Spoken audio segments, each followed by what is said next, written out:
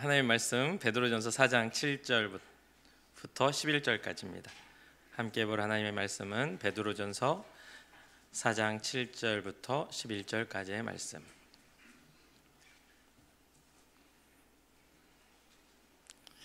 우리 한 목소리로 합독하도록 하겠습니다. 만물의 마지막이 가까이 왔으니 그러므로 너희는 정신을 차리고 근신하여 기도하라. 무엇보다도 뜨겁게 서로 사랑할지니 사랑은 허다한 죄를 덮느니라.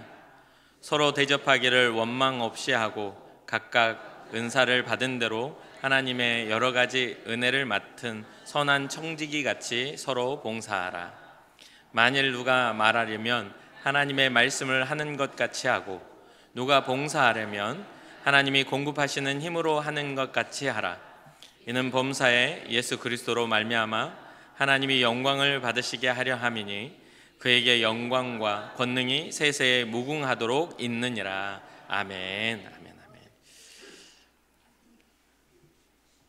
말씀을 전하기 전에 여기서 찬양을 부르는데 여기서 울고 있으면 눈물을 닦으면서 재미있어요. 네, 은혜가 되신 거죠.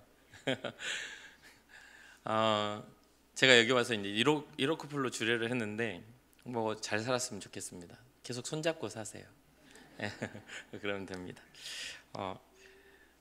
이제 계속 제가 처음 주례를 한 게 37인가 그때 처음 주례를 섰었는데 그간에 이제 여러 커플들을 이렇게 주례를 서고 또 아직까지는 문제 없이 다들 잘 살고 있는 것 같아요. 그래서 우리 인천 궁극교회 첫 번째 주례 커플인데 잘 살아서 하나님의 영광 위에 온전히 세워가시기를 주님으로 축복합니다.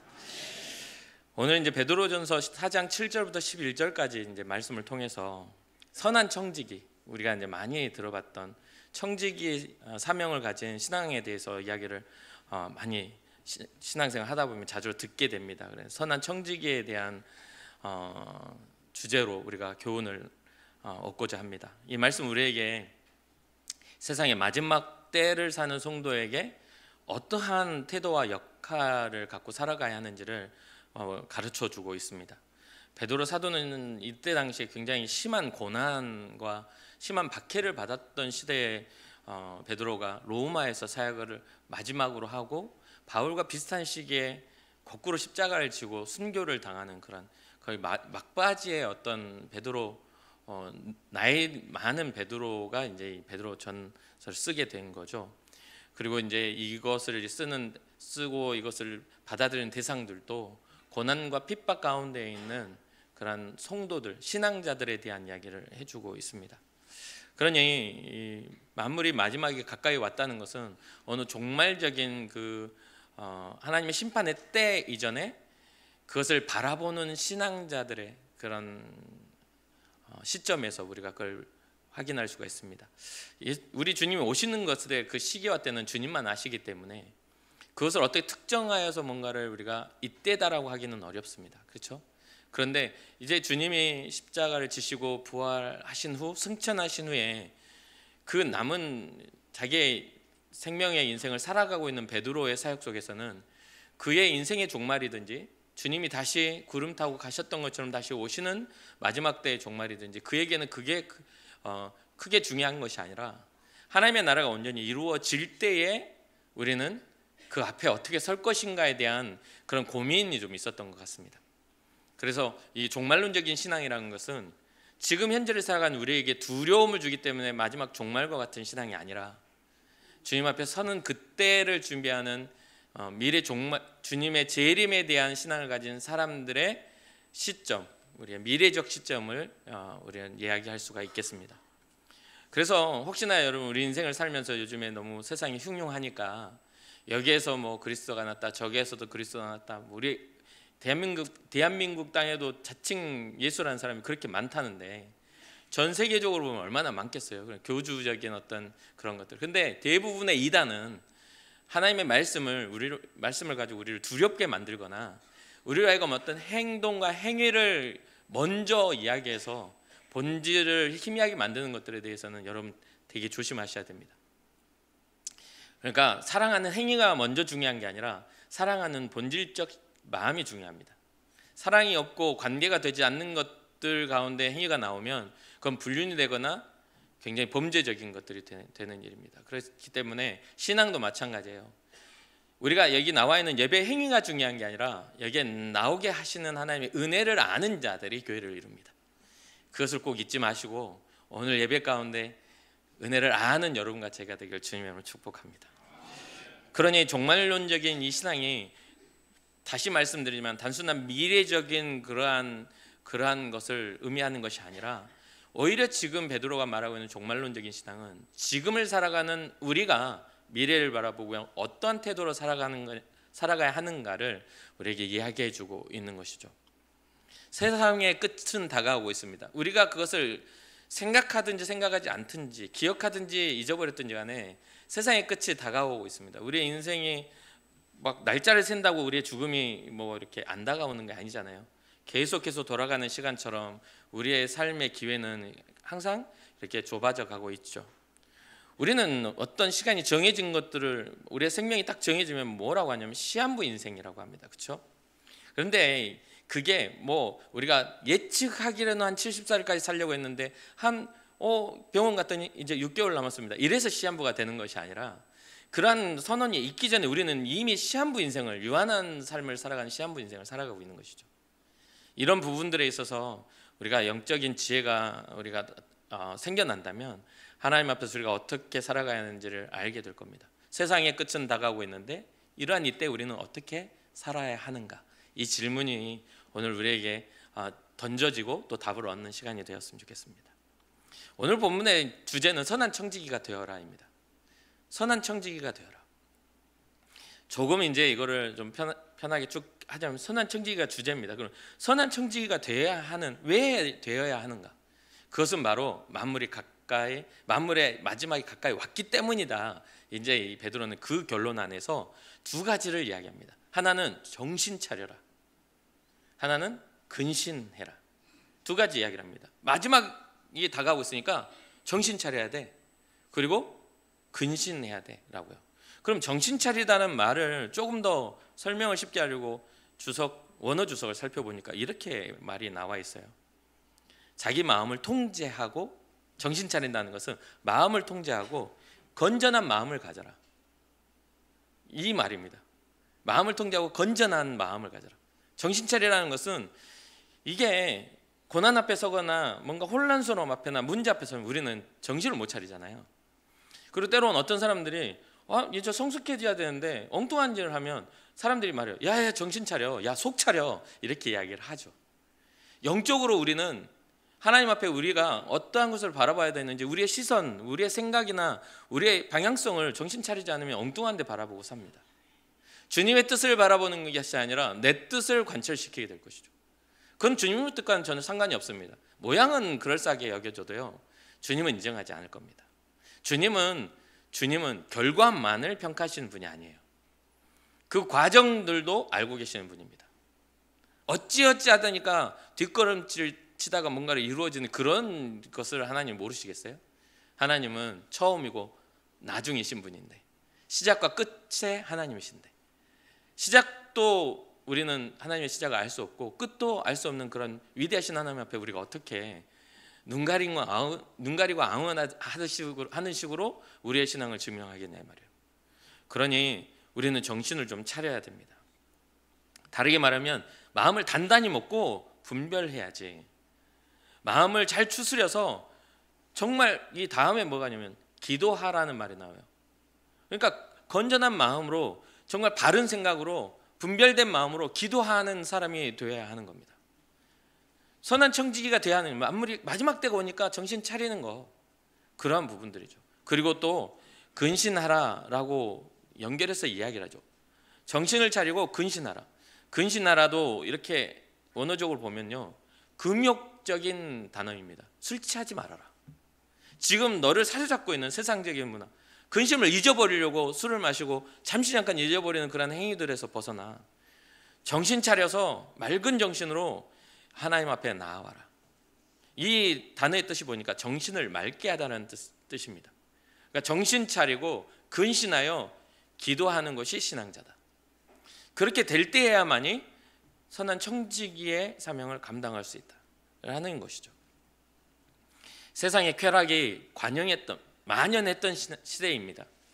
세상의 유혹과 우상의 숭배가 엄청 가득했던 그 헬레니즘 문화 아니에요. 그때는 우리가 지금 현재도 배우고 있는 철학이, 인간의 어떤 학문이 아주 많이 발달했던 시대입니다. 모두가 다 머리가 되려고 하고, 로마인들은 모두가 다 주권이 일반적인 어떤 통치를 당하는 사람들보다 훨씬 더 강력했던 그런 로마인들이 아주 힘을 얻었던 그런 시대이기도 합니다. 그러니까 얼마나 완고하고 고집스러웠겠어요. 얼마나 폭력적이고, 침략 전쟁에 이런 어떤 제국을 이뤘으니 얼마나 폭력적이고 얼마나 강한 생각을 가지고 있었겠습니까? 그런 과정에서 이 예수 그리스도로 인하여 세워진 교회들은 엄청난 핍박을 당하고 있는 것이죠. 이럴 때 거기에 혼란스러워하지 말고 주님의 이루어 가심, 다시 오셔서 완전히 이루실 그 미래를 향하여 너희의 태도는 정신을 차려야 하고, 정신을 맑게 해야 하고 기도해야 하는 거야 라고 말하고 있는 것이죠. 그럼 여기서 끝이 납니까? 영적인 각성은 기도로 이어져야 합니다. 그런데 끝이 나는 게 아니라 이제 시작입니다. 기도는 하나님과 끊임없는 소통입니다. 기도하지 않는 사람은요, 하나님의 뜻을 절대로 모릅니다. 기도하지 않는데 하나님의 뜻이란 말하는 건 다 거짓말입니다. 다 거짓말이에요. 어떠한 명분을 가지고, 어떠한 직분을 가지고, 아니 강단에서는 목사라도 기도하지 않는 목사는요 거짓말하는 자입니다. 거짓말이에요. 텍스트를 전달하는 게 복음이 아니라 생명을, 하나님의 뜻을 전달하는 게 진짜 복음이라고 저는 여깁니다. 그래서 사랑하는 성도 여러분, 어떠한 상황이라도, 어떠한 여러분 현재 처해 있는 어떤 그런 것들이 어떠한 상태라고 할지라도 기도를 멈추는 일은 우리는 멈춰서는 안 됩니다.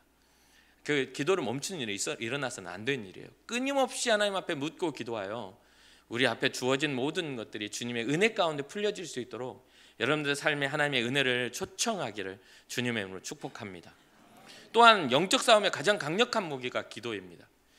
우리 눈에 보이잖아요. 기도는 어떠한 효과가 있는지 잘 안 보입니다. 그러나요, 이 기도를 할 때야만이 마귀를 이깁니다. 기도하지 않는 사람은 마귀가 됩니다. 마귀를 이기는 게 아니라 죄에 동조하는 자가 되고 하나님의 뜻에 합당하지 못한 생각을 하게 되죠. 베드로전서 한 장을 넘겨서 5장 8절을 보면 우는 사자같이 두루다니며 삼킬 자를 찾는 마귀의 모습이 나옵니다. 그런데 거기에 그 앞에 전제가 뭐라고 합니까? 근신하라, 깨어라 라고 말합니다. 동일하죠. 정신 차려, 근신해야지. 그러면서 근신하고 깨어서 기도하는 모습을 계속해서 베드로는 강조를 하죠. 기도는 하나님이 주시는 지혜를 얻게 하죠. 기도할 때 하나님을 경외하게 되고, 기도할 때 하나님의 뜻을 분별하게 되고, 기도할 때 하나님의 어떠한 생각을 갖고 계신지를 이해하게 됩니다. 기도하지 않는 사람은 다 자기 생각으로 합니다. 기도를 하게 되면 상황을 바라보는 관점도 달라집니다. 어떠한 것들을 자꾸 수습하고 어떠한 것들을 변명하려는 것보다 이러한 것들이 어떻게 변화되어야 하는지를 깨달는 관점의 변화가 일어나요. 하나님이 일하시는 그 하나님의 역사를 이해하게 되는 것이죠. 그러면 어떻게 됩니까? 우리가 영적으로 강건해질 뿐만 아니라 세상을 바라보는 삶의 방향성도 온전하게 세워지게 되는 것이죠. 기도를 통해 영적인 중심이 잡혔다면 성도는 이 공동체 안에서 실천이 일어나야 됩니다. 그렇죠? 변화도 일어나요. 정신 차려서 정말 근신하며 기도해가지고 내 중심이 딱 잡혀 있어요. 그걸 거기서 머무르는 것이 아니라 실천이 일어나야 돼요. 삶의 변화가 일어나야 됩니다. 그러면 여기에 대해서 오늘 베드로는 어떤 변화를 이야기해 주나요? 8절입니다. 무엇보다도 뜨겁게 서로 사랑할지니. 은혜 안에서 주님을 만나고 주님 예수 그리스도로 인하여 우리가 구원받은 공동체가 되면요, 서로 믿음의 교제도 분명히 일어나지만 그 믿음의 바탕은 사랑이 돼야 됩니다. 그 사랑은 바로 예수 그리스도의 한량없는 속량하신, 우리의 죄를 속량하신 놀라운 그 사랑이죠. 절대적인 그 사랑. 그래서 이 무엇보다라는 이 단어는 뭡니까? 무엇보다라는 어떤 것보다 우선을 이야기하는 거잖아요. 우선적으로 사랑하는 것이 중요한데 여러분도 저도 알다시피 사랑이라는 것도 되게 구분되어져 있지 않습니까? 사랑은 구분되어져 있습니다. 절대로 이 앞에 제가 목사지만 여러분들을 제 가족처럼 사랑하기는 좀 어렵습니다. 제 아내처럼 사랑하기도 어렵습니다. 그렇죠? 여러분도 저를 그렇게 사랑할 리도 없고 그러면 안 되잖아요. 그렇잖아요? 그럴 수가 없습니다. 그런데 여기서 나오는 사랑은 뭡니까? 여기서 말하는 사랑은 아가페입니다. 아가페. 하나님의 사랑으로 연합되어 있는 우리의 사랑입니다. 그래서 가끔 어떤 사람은 그래요. 내가 교회에서 실망했다고. 교회에서 실망했다고 막 그러면서 자기 믿음이 막 교회 안 다녀야 된 배경을 막 이야기합니다. 그럼 이야기를 듣다 보면 그게 그런 건가? 라는 생각이 들 때 가족도 안 들어줄 이야기인 것 같은데 왜 교회 다니는 성도들이 그걸 이해해야 되는지 잘 이해가 안 되는 이야기들로 상처를 받습니다. 그게 재밌어요. 내게 주어진 것은 아가페적인 사랑을 요구를 하는데 내가 받아들이는 것은 인정적인 사랑을 요구를 합니다. 그러니까 상대방은 아가페를 가지고 있어야 되나 그것을 해석하는 건 내 감정이라는 거예요. 하나님의 사랑이나 절대적인 사랑은 우리에게 이해를 요구하지 않습니다. 희생적이고 헌신적인 거기 때문에 십자가에 달려 돌아가신 것들은 이해되지 않는 이야기입니다. 우리의 가치를 높다라고 우리에게 말씀해 주시는 게 우리의 가치가 주님과의 어떤 깊은 소통에 의해서 이루어진 건가요? 여러분 예수님을 개인적으로 깊이 만나서 주님이 여러분을 사랑하시는 건가요? 아니면 주님과의 어떤 특별한 관계를 맺으셨나요? 우리가 뭔가를 하기 전에 주님이 오셔서 우리를 귀하다 해주신 거잖아요. 우리의 죄를 속량해 주신 거잖아요. 우리가 주님을 인지하지 못한 때부터 태초전부터 예비하셔서 하나님이 회복하시기 위한 하나님의 사랑에 강권하신 거잖아요. 성경은 그걸 이야기해 주고 있는 거잖아요. 그런데 재미있게도 우리는 신앙적인 것을 판단할 때 큰 하나님의 사랑을 갖다가 내 감정으로 해소합니다. 그러니까 말이 안 되는 겁니다. 말이 안 돼요. 애초에 형성이 안 됩니다. 언제든지 상처받을 준비를 하고 살고 언제든지 실망할 준비를 하고 산다 이 말이에요. 우리는 주님을 실망할 대상이 아니라 바짓가랭이를 붙잡고 우리는 애원해야 할 대상입니다. 구원의 주체가 하나님이시기 때문에 그래요. 주권이 하나님께 있어요. 우리가 주님 실망했어요. 리버로도요. 이렇게 할 만한 존재가 아닙니다. 하나님은 사람이 아니시기에. 근데 우리는 하나님을 꼭 인격적인 어떤 사람, 내 수준의 사람으로 맞춰놓고 신앙생활을 하니까 언제든지 우리는 하나님을 떠날 준비를 하고 사는 거죠. 항상 말씀드리지만 목사 때문에 신앙생활 할 분은 없잖아요. 여기서 저 때문에 신앙생활 안 하시잖아요. 70몇 년의 시간 여러분 인생 속에서 박대성 목사는 진짜 3년도 채 안 된, 이제 좀 지나면 3년인데 3년도 채 안 된 관계밖에 아니잖아요. 근데 여러분들 신앙이 제 말 몇 마디에 의해서 왔다리 갔다리 한다는 건 너무 자존심 상하는 일 아닙니까? 여기까지 주님이 나를 이끌어 오셨고 나의 연약함이나 나의 어떤 상태와 상관없이 나를 구원하셨는데 목사 말 몇 마디에 흔들릴 거면 그건 신앙이 아니죠. 그는 신앙생활을 했다고 그냥 신앙생활을 한 겁니다. 믿는 척하고 사는 거예요. 여러분들의 시선에는 주님이 보여야 돼요. 주의 말씀이 보여야 되고 이 선한 청지기가 내가 돼야지. 정신 차리고 기도하는 사람이 내가 돼야지. 무엇보다 우선으로 주님 아가페 사랑을 실천하는 사람이 내가 돼야지. 이렇게 돼야죠. 이러한 것들이 주님과의 깊은 교제를 하는 사람들의 특징이 되는 것이죠. 그러면서 하는 말이 뭐라고 하냐면 사랑은 허다한 죄를 덮어준다. 죄를 지은 걸 덮어준다고 해서 죄가 없어지는 건 아닙니다. 그렇죠? 없어지는 게 아니에요. 여기서 말하는 덮는다는 이야기는 죄 없는 것 좀 숨겨놓고 뻔뻔스럽게 하라는 이야기가 아니라 기독교의 기본적인 어떤 그런 신앙의 시작점은 회개잖아요. 회개는 뭐냐면 돌이키는 거잖아요. 돌이키면 뭐냐면 후회를 해야 돼요. 어떤 일에 대해서 나의 잘못을 인정하고 하나님 내가 잘못 살았습니다 하고 돌이켜야 돼요. 그것이 있었을 때 신앙이 시작되는 것처럼 여기서 사랑은 허다한 것을 허물을 덮어주는 이유는 죄를 덮는 것은요 죄가 없는 게 아니라 죄를 용서해 주는 것을 의미합니다. 용서의 개념입니다. 하나님의 긍휼의 개념입니다. 그러니까 실천이라는 건 그렇게 나타나요. 기독교는 용서의 종교입니다. 기독교는 자비와 긍휼의 종교입니다. 기독교는 예수 그리스도의 사랑의 실천의 종교입니다. 그것이 빠져버린 기독교는 껍데기입니다. 그래서 사랑하는 성도 여러분, 우리의 모든 삶에 우리의 어떤 기도의 어떤 열매와 결과가 바로 이 사랑이 되기를 주님으로 축복합니다. 인정적인 사랑 아니에요. 예수 그리스도로 인한 아가페 사랑이죠. 그런 이것은 우리의 감정이 아니라 주님이 우리에게 허락한 은혜의 사랑입니다. 그러면 여기서 더 나아갑시다. 그러면서 이 베드로는 이제 삶의 태도를 이야기해 줍니다. 신앙자, 그럼 사랑하라는데 어떻게 해요? 우리는 항상 그런 이야기. 어떻게 사랑하죠? 라고 분명히 질문합니다. 그렇죠?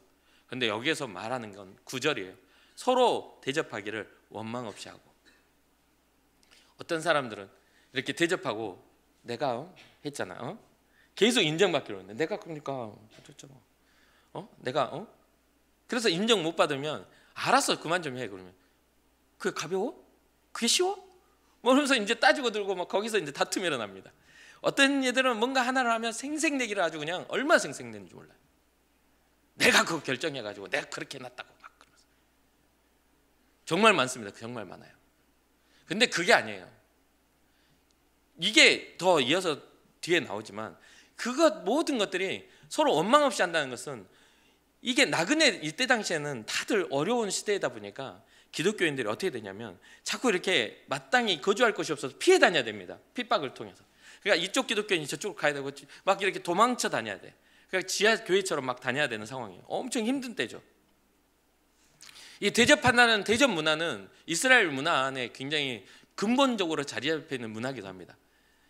부지 중에 천사를 나그네 대접하다가 부지 중에 천사를 만난 아브라함의 시작점이 거기에 있기 때문에 그래요. 아브라함이 천사를 대접하다가 나그네를 대접하다가 천사를 대접했잖아요. 그런 것처럼 이렇게 대접 문화가 있어요. 그러니까 이 당시 사회 이때 당시에는 여행자들이 묵을 곳이 마땅히 없어가지고 막 이렇게 떠도는 사람들이 꽤 많았다고 해요. 문화적으로. 그리고 핍박을 받는 성도들이 많으니까 이렇게 숨어 들어오는 성도들에 대해서 그걸 검증하고 환영해 줘야만 거주할 수 있는 거죠. 그러니까 이 말씀은 단순히 손님을 집으로 초대하는 것을 넘어서서 어려움에 처한 이웃들에 대해서도 형제를 따뜻하게 맞아들이는 그런 모습 속에 실천이 일어나야 한다. 대접해라. 서로를 대접해라. 그럼 원망 없이 해라. 그런 거죠. 그래서 전에 제가 말씀드렸죠. 부의 대이동이라고. 제가 이제 신학교 다닐 때나 또 이렇게 목회를 하다 보면 어려운 분들이 꼭 제 인생 속에 찾아와요. 그럼 저는 그분을 예수님이 또 오셨구나라고 생각하고 뭔가를 하려고 하는데 가끔은 내적 갈등이 엄청 일어날 때가 있거든요. 내 주머니에 쪼개져 있는 5,000원이 있으면 얼마나 좋아. 1,000원짜리가 5개 있으면 좋은데 전부가 5,000원밖에 없는데 5,000원짜리 한 장이 있어. 그럼 저쪽에서 전철에서 내 주를 가까이 하면서 눈 이렇게 하면서 와 그러면 저 멀리서부터 들리는 소리가 이제 스트레스 받기 시작해. 주야. 가까이 오면 올수록 점점. 그래서 나중에 진짜 제 살다가 어느 날은요 식은땀이 흘러. 이렇게 내적인 갈등이 엄청 막 심한 거예요. 주님 저 거지가 지나갈 때 내 이 돈은 좀 내가 거지가 되는데요. 그러면서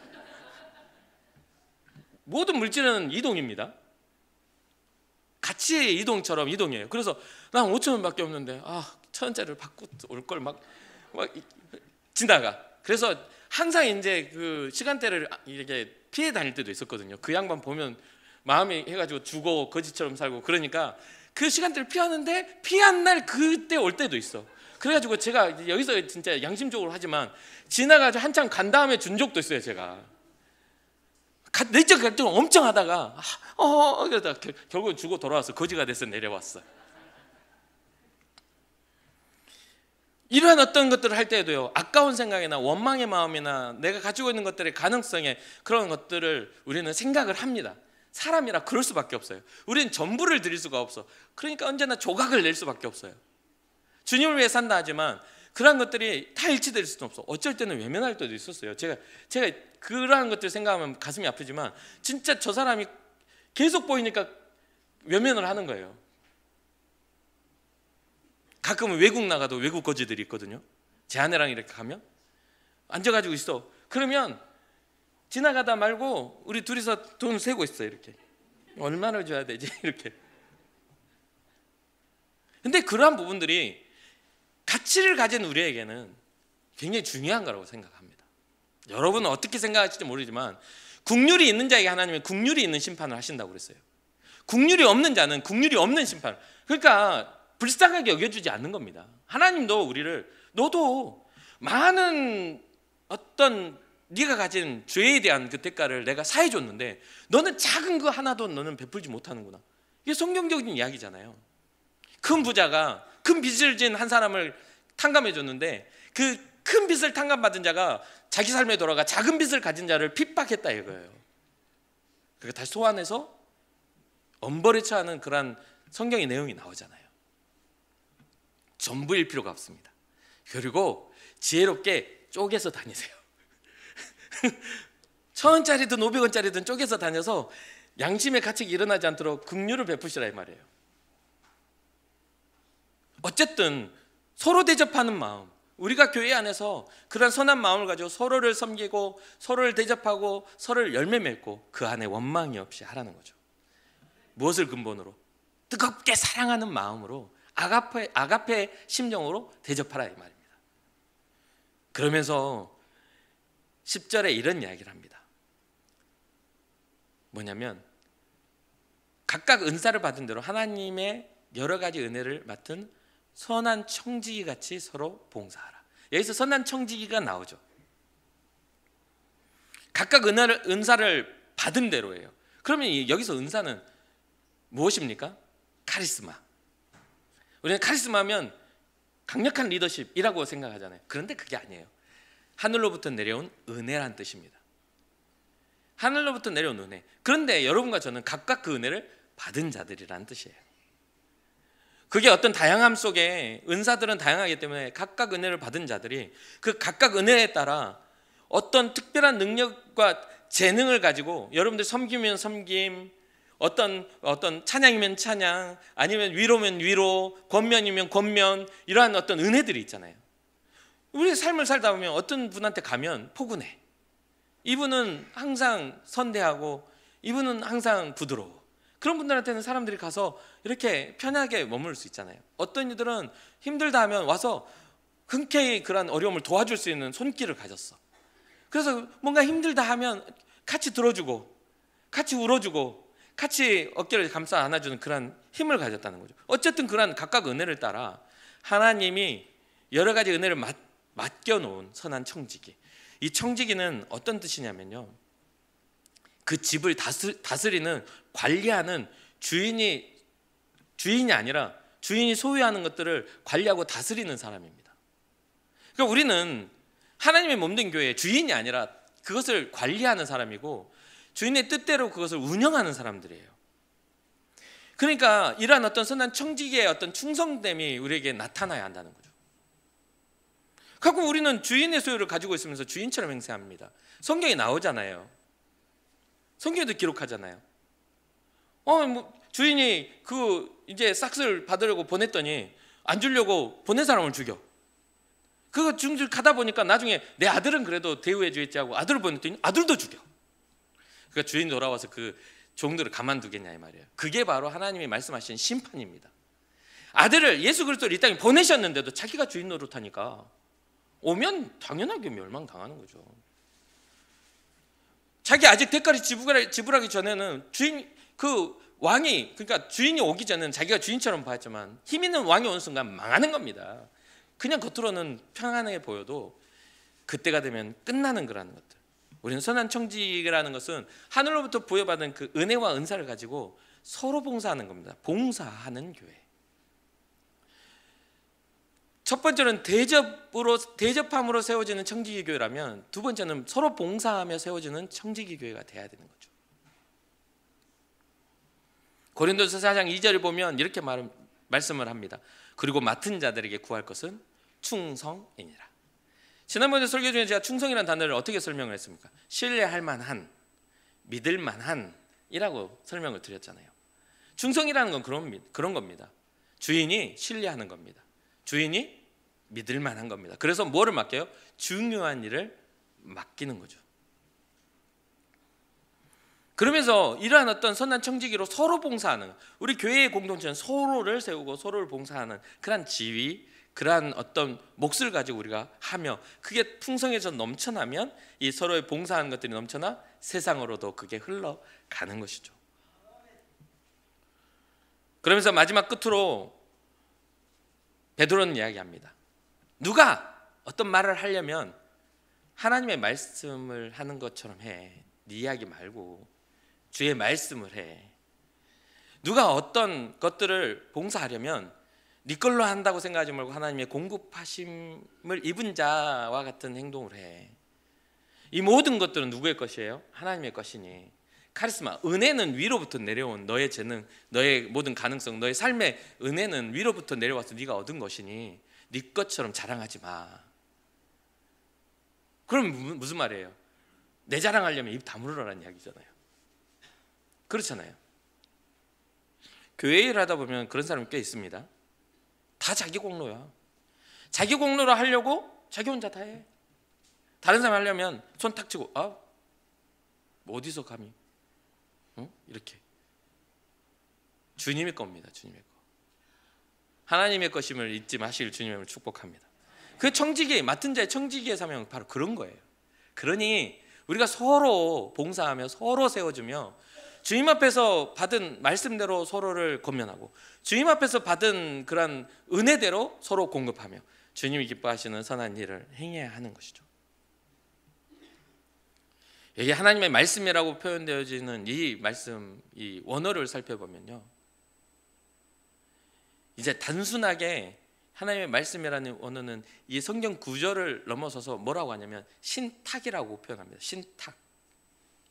신탁은 뭐냐면요, 위로부터 내려온 계시입니다. 계시.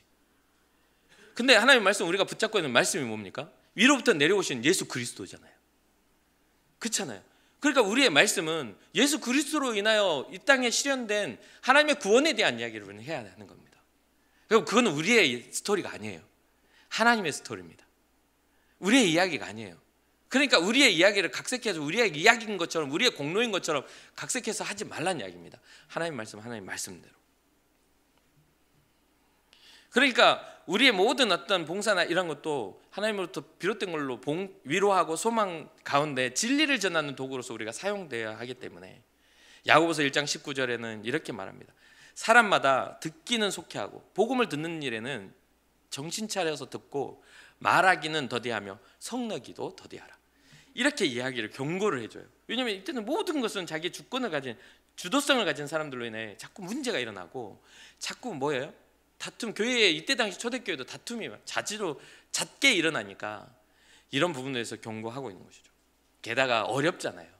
예민하잖아요. 긴장돼 있잖아요. 핍박 중에 있잖아요.